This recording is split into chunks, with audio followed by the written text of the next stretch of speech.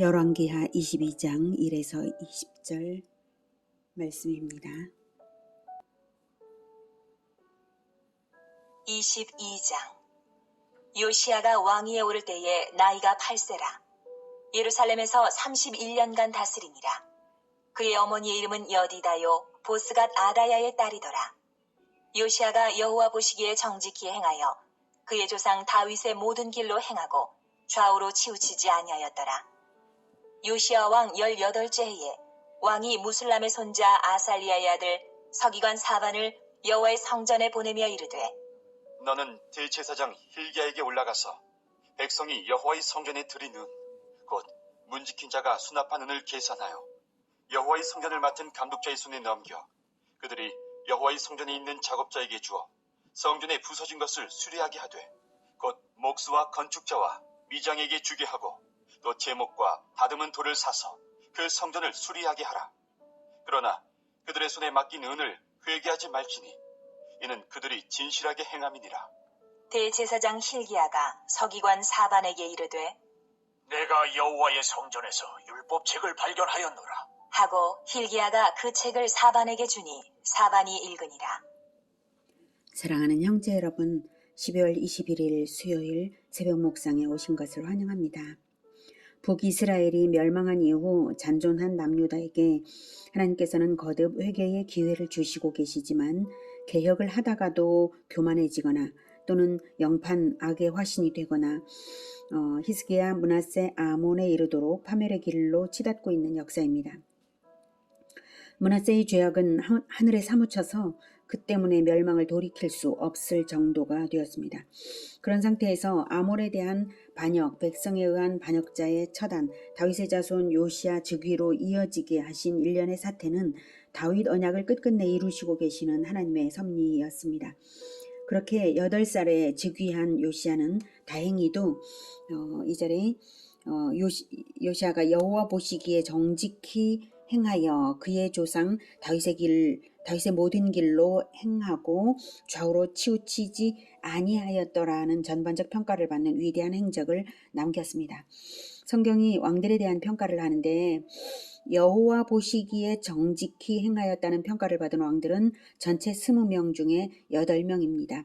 아사, 여호사밧, 요아스, 아마샤, 요담, 히스기야, 요시야인데요. 그 중에도 다윗의 모든 길로 행하였다는 평가까지 받은 왕은 여호사밧, 히스기야, 요시야에게만 주어졌는데요. 이것은 좌우로 치우치지 않고 신앙의 정도만을 걸어갔다는 극찬입니다.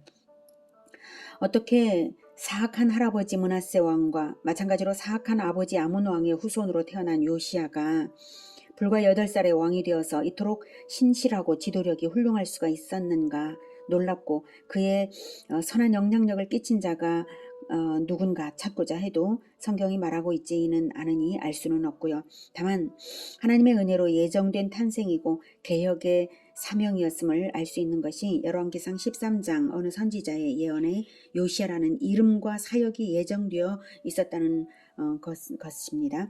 열왕기상 13장 1, 2절 제가 읽겠습니다. 보라, 그때에 하나님의 사람이 여호와의 말씀으로 말미암아 유다에서부터 베델에 이르니 마침 여로보암이 제단 곁에 서서 분향하는지라. 하나님의 사람이 제단을 향하여 여호와의 말씀으로 외쳐 이르되, 제단아 제단아, 여호와께서 이와 같이 말씀하시기를, 다윗의 집에 요시야라 이름하는 아들을 낳으리니 그가 내 위에 분향하는 산당 제사장을 내 위에서 제물로 바칠 것이요 또 사람의 뼈를 내 위에서 살리리라 하였느니라. 이렇게 하나님께서는 남북 왕국으로 분단된 그 시점부터 이미 왕국 멸망에 임박한 때에 마지막 위대한 개혁자의 탄생을 계획하셨던 것입니다. 요시야를 마지막으로 해서 더는 선한 왕이 없었고, 요시야는 마지막으로 선한 왕의 정점을 찍었습니다. 그렇지만 선한 왕으로서 가장 훌륭하다라고 평가받을 만하지만 왕국의 멸망을 유보시키기는 했을지언정 멸망 자체를 막지는 못했습니다. 3절. 요시야 왕 18째 해에 대대적인 종교개혁은 통치 18년차 즉 26세의 때였으나 역대하 34장에 따르면 16살부터 그 어린 나이 16살 때부터 하나님을 찾고 개혁을 시작했음을 알 수가 있습니다. 자, 그동안 빈번히 유다를 괴롭혀왔던 아수르가 멸망의 길로 줄다름치던 시기였습니다. 이때는. 그래서 유다에 신경을 쓰지 못하고 있었던 것이, 그래서 전쟁이 없었죠. 그것이 요시아로 하여금 내부적 개혁에 전념할 수 있었던 환경이 되었습니다. 하나님의 섭리죠, 물론. 그리고 또한 요시아가 8살에 이제 즉위했는데, 그때는 어렸을 때에 므낫세가 이제 포로가 되었다가 잡혀서 포로가 되었다가 돌아온 후에 회개했죠. 아주 그 회개의 마음을 자기 할아버지의 회개의 마음을 이제 보았던 그것이 아마 남아있지 않았을까, 저는 그렇게 생각을 해봅니다. 그것을 보고 진정 이제 회개해야 된다는 걸 어렸을 때 그것을 배운 것이죠. 4절. 너는 대제사장 hil기야에게 올라가서 백성이 여호와의 성전에 드린 은 곧 문지킨 자가 수납한 은을 계산하여 여호와의 성전을 맡은 감독자의 손에 넘겨 그들이 여호와의 성전에 있는 작업자에게 주어 성전에 부서진 것을 수리하게 하되 곧 목수와 건축자와 미장이에게 주게 하고 또 제목과 다듬은 돌을 싸서 그 성전을 수리하게 하라. 네. 요시아는 먼저는 성전 수리를 시작했습니다. 과거 요아스가 성전 수리를 위해 백성들의 헌금을 모았듯이 요시아도 헌금을 모은 것이고요. 그것을 정당한 절차와 방법대로 담당자에게 맡겨서 시행하게 하였습니다. 7절. 그러나 그들의 손에 맡긴 은을 회개하지 말지니 이는 그들이 진실하게 행함이니라. 네, 헌금은 계수하지만 헌금의 쓰임새에 있어서는 일꾼들의 진실성을 신뢰하여서 그것을 감사하지 않게 한 것입니다. 이렇게 시행할 때에 하나님께서 크신 은혜로 발견하게 하신 것이 바로 율법책입니다. 8절. 대제사장 hil기야가 서기관 사반에게 이르되 내가 여호와의 성전에서 율법책을 발견하였노라 하고 hil기야가 그 책을 사반에게 주니 사반이 읽으니라. 네. 이렇게 몰랐던 율법책을 발견하였다는 것은 여러 가지를 알아차리게 하는데요.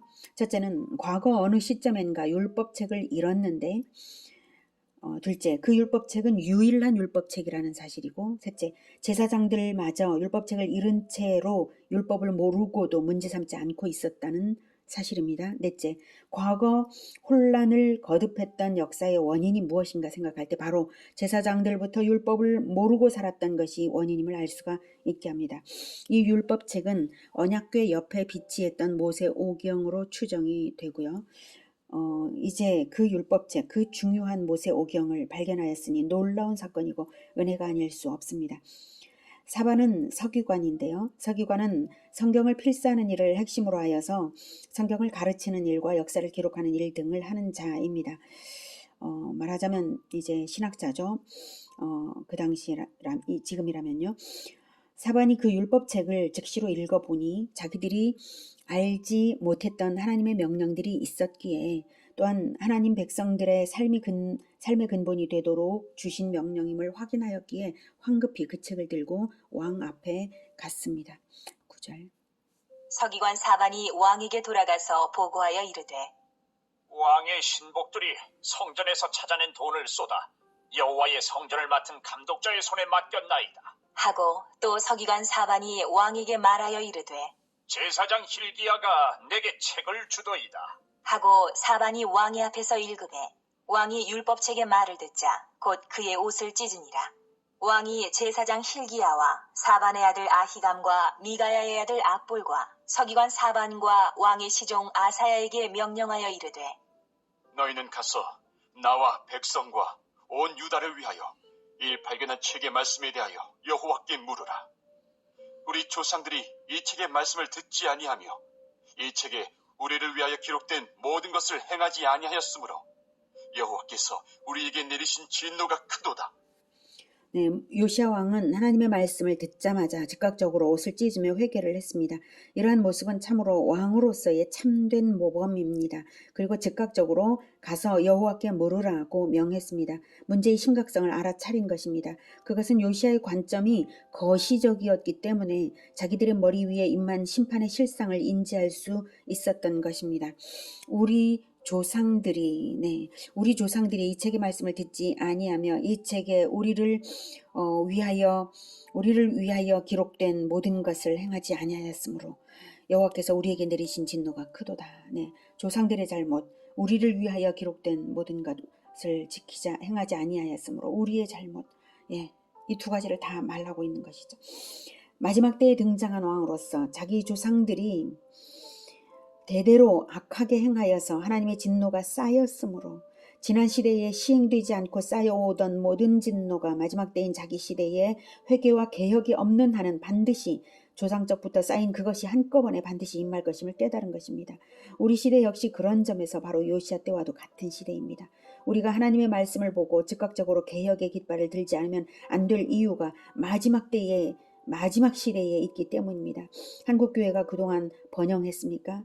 번영하는 기간 동안에 각각의 세대 사람들이 잘해서 번영된 것이 아니라 하나님께서 오래 참으시고 계시던 기간이었고 은혜를 고갈하며 갉아먹고 있던 기간이었음을 우리는 깨달아야 합니다. 마지막 시대는 심판을 여지없이 당하는 때입니다. 그것을 우리의 머리 위에서 거두어지게 해야 할 긴급한 사명이 우리에게 있는 줄을 아시기 바랍니다. 제가 매주 개혁을 요청하고 있는 것을 건성으로 듣지 마시고 오늘부터 당장 요시야처럼 옷을 찢는 마음으로 자기 개혁, 가정의 개혁을 시작하시기를 간절히 바랍니다. 요시야는 어떻게 해야 이 진노를 피할 수 있을지 물으라고 했는데요. 이때 누구에게 가서 물으라는 것인가 하면 선지자에게 보낸 것입니다. 제사장도 몰랐었잖아요. 이 율법책을 발견했지 않습니까? 그러니까 선지자에게 보낸 것입니다. 다윗 왕 때에는 대제사장에게 물었으나 그 이후는 선지자에게 묻곤 했습니다. 선지자들이라고 그렇다면 잘 아느냐? 잘 모를 수도 있지만 선지자들은 하나님께서 직접 직통 계시로서 주곤하셨습니다. 선지자들에게. 그래서 선지자들은 전달하는 통로로서의 역할을 한 것이죠. 제사장들이 제사장적 기능을 다하지 못하니까 하나님께서 남북 분열 이후에는 선지자들을 세우신 것이고요. 요시야 왕의 명령을 받은 자들은 당시 활동 중이던 베냐민 땅의 예레미야에게 가기보다는 가까이에 살고 있던 여선지자 훌다에게로 갔습니다. 14절. 이에 제사장 hil기야와 또 아히감과 악볼과 사반과 아사야가 여선지 훌다에게로 나아가니 그는 하라스의 손자 디과의 아들로서 예복을 주관하는 살룸의 아내라. 예루살렘 둘째 구역에 거주하였더라. 그들이 그와 더불어 말하매 훌다가 그들에게 이르되 이스라엘 하나님 여호와의 말씀이 너희는 너희를 내게 보낸 사람에게 말하기를 여호와의 말씀이 내가 이곳과 그 주민에게 재앙을 내리되 곧 유다 왕이 읽은 책의 모든 말대로 하리니 이는 이 백성이 나를 버리고 다른 신에게 분향하며 그들의 손의 모든 행위로 나를 경노하게 하였음이라. 그러므로 내가 이곳을 향하여 내린 진노가 꺼지지 아니하리라 하라 하셨느니라. 예루살렘 둘째 구역은 히스기야 왕이 예루살렘 성의 외벽을 쌓을 때에 영역이 확장된 구역의 그 둘째 구역입니다. 확장된 영역입니다. 훌다의 예언의 핵심은 지금까지 유다 백성이 하나님을 버리고 우상을 섬겨왔기 때문에 결코 하나님께서 용서하지 않으실 것이며 그 징계가 상당할 것이라는 것입니다. 유다 왕이 읽은 책의 모든 말대로 하리니. 유다 왕이 읽은 책의 모든 말대로 하리니. 이것으로 보아서 요시야 왕이 읽은 책은 신명기 28장이거나 그와 같은 내용이었을 것으로 봅니다. 그래도 하나님께서 양보하신 것도 있으신데요. 18절부터. 너희를 보내 여호와께 묻게 한 유다 왕에게는 너희가 이렇게 말하라. 이스라엘의 하나님 여호와가 이같이 말씀하셨느니라. 내가 들은 말들에 대하여는 내가 이곳과 그 주민에게 대하여 빈 터가 되고 저주가 되리라 한 말을 내가 듣고 마음이 부드러워져서 여호와 앞 곧 내 앞에서 겸비하여 옷을 찢고 통곡하였으므로 나도 내 말을 들었노라. 여호와가 말하였느니라. 그러므로 보라, 내가 너로 너의 조상들에게 돌아가서 평안히 묘실로 들어가게 하리니 내가 이곳에 내리는 모든 재앙을 내 눈이 보지 못하리라 하셨느니라. 하니 사자들이 왕에게 보고하니라. 빈터가 되고 저주가 되리라 라는 말은 적의 공격을 받아서 성읍이 무참히 파괴된 상태가 된다는 말입니다. 그 말씀을 듣고 옷을 찢고 통곡하였으므로 하나님의 결정에 변경을 하시게 되었는데요. 재앙의 심판은 면제되지 않지만 유보되게 되어서 한 세대를 넘어가게 되었다는 것입니다. 요시야 때에만 재앙이 없으면 되나요? 그러면 히스기야가 말한 것과 동일한 것이 되겠죠. 그럴 수 없습니다. 이제 남은 가장 중요한 일은 자녀 세대 교육을 잘하는 일입니다. 요시야 때에만 그것이 없으면 안 되고 그 다음에도 없어야 되지 않겠습니까? 자녀 세대 교육을 잘하는 일이 중요합니다. 그러므로 먼저는 개혁을 온전히 성공하고 개혁의 삶을 자녀 세대에까지 물려주어야만 하는 것입니다. 이런 예언을 들을 때에 무엇이 지혜이겠습니까? 하나님의 이 말씀, 재앙이 유보될 수 있다는 것은 자녀 세대에도 개혁을 하고 회개심을 잃지 않으면 유보될 수 있다는 것이 아니겠습니까? 핵심은 그것입니다. 요시야 때만 아니라 계속 개혁으로서 거듭남의 삶을 살아내라는 것입니다. 우리 시대를 볼 때에 두려운 것은 개혁이 불가능한 시대가 아닐까 생각될 정도로 유튜브 등 쓰레기 정보의 홍수 속에 휩쓸려가고 있는 시대입니다.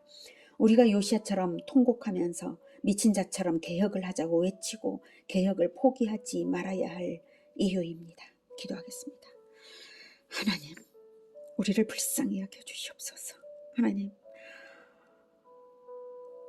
세상이 완전히 마귀에게 장악이 되어서 깜깜한 이 세상에 하나님 아버지, 우리가 어두운 채로 살아가고 있습니다. 하나님 아버지, 하나님의 말씀을 모른 채로 살아가고 있습니다. 주님 불쌍히 여겨주시옵소서. 우리의 죄를 용서해 주시고 우리의 선조 때부터 이뤄져 있는 성경 교육의 그 전통을 하나님 우리가 회복할 수 있게 도와주시고 우리가 자녀 세대를 온전히 교육할 수 있게 도와주시옵소서.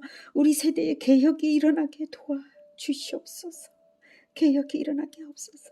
진정으로 개혁이 계속되게 하시고 자녀 세대들을 살리고 주님, 이 우리에게 재앙이 유보되어서 예수님께서 오시는 날을 평안히 맞을 수 있도록 주님 도와주시기를 간절히 원합니다.